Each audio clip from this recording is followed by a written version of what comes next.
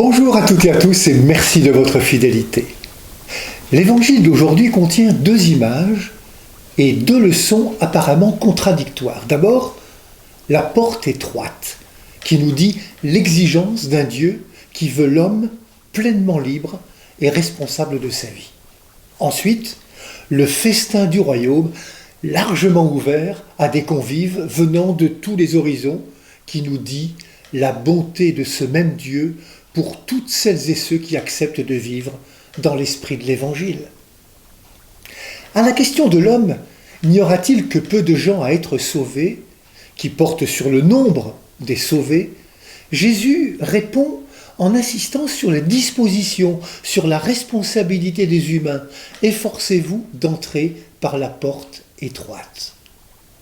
Jésus, qui monte à Jérusalem, s'adresse ici à des Juifs et les invite à un déplacement important. En effet, dans le judaïsme de ce temps, on pensait qu'appartenir au peuple juif, être descendant d'Abraham, suffisait pour garantir la participation au royaume de Dieu.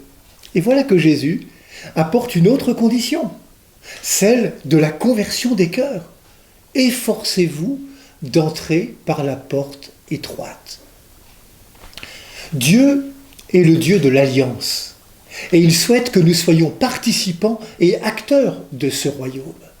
Cette participation, c'est l'accueil du message de l'Évangile, mais plus encore, sa mise en œuvre. Il ne suffit pas d'avoir connu Jésus, d'avoir bu et mangé avec lui.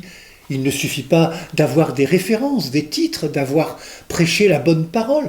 Encore faut-il vivre comme lui, les exigences de l'amour pour entrer dans le royaume. Vivre et faire vivre l'Évangile, ne serait-ce pas cela, entrer par la porte étroite ? Une chose est certaine, Dieu désire rassembler les multitudes et pas seulement un groupe particulier.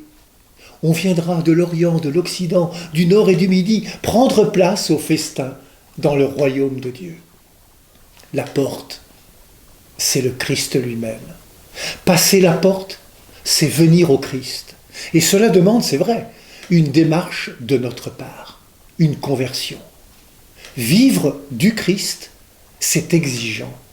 Il faut sortir de son précaré pour oser rejoindre le monde en vivant l'Évangile.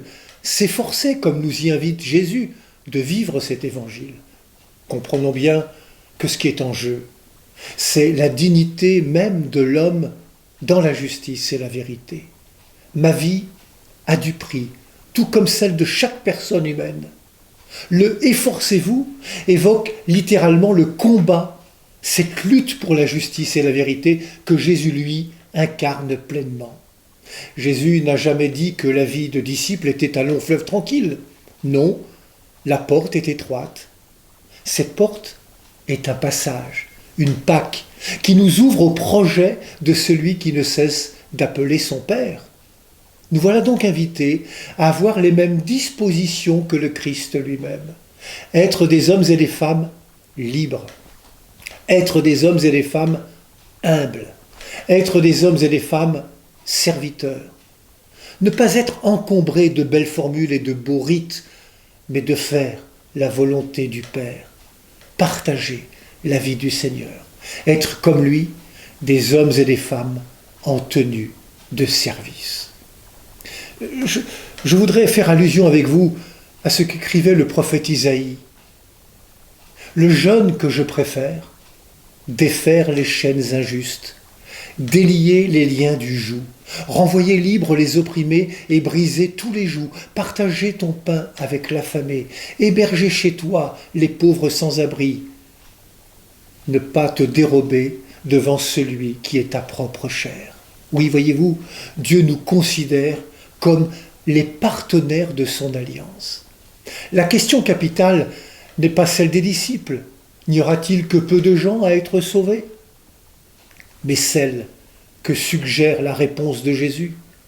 Pour ma part, vais-je m'efforcer à passer par la porte du Christ ? Autrement dit, suis-je décidé à aimer comme il aime ? Le salut consiste à partager la vie même de Dieu.